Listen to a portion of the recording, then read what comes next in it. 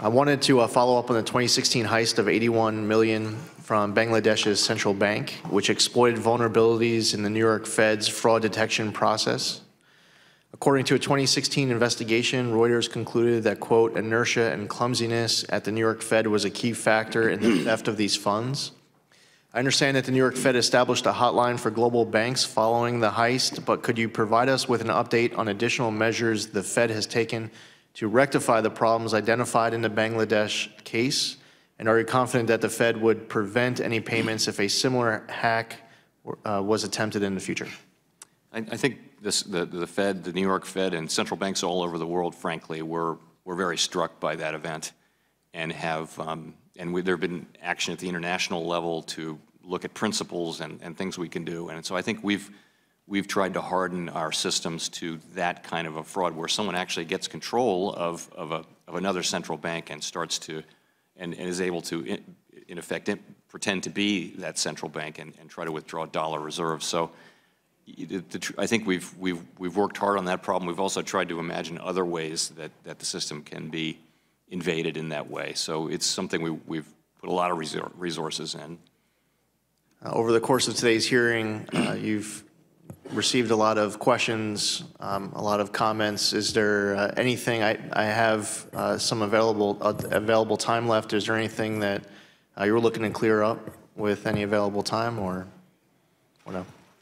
I don't think clear up, no. Yep. Great. Well, thank you for an open mic, you know. But yeah, will the gentleman yield?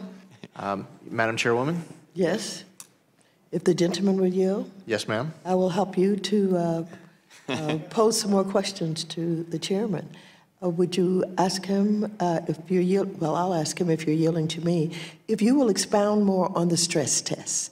It has come up, and I alluded to it when I opened. And I am worried that what you are recommending will basically create the kind of transparency where you're giving banks the answers ahead of time.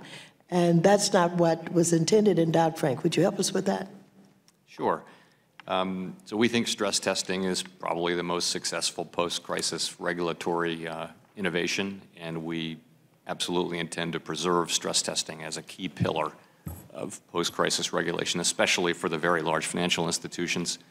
I think the idea that we would give them our actual models is not a good idea for a couple of reasons. One, that really would be showing, in effect, giving away the test. But in addition, I think it would create real incentives for banks to kind of stop thinking about risk on their own and kind of rely on our thinking about risk and our loss rates estimates. We want them to model their own risks and not use our models. And of course, we want to check it with our models. So we've stopped way short of that, but we have provided more transparency, and I think appropriately so. I think in our system of government, we owe a level of transparency to the public, and I think we've tried to strike the right balance.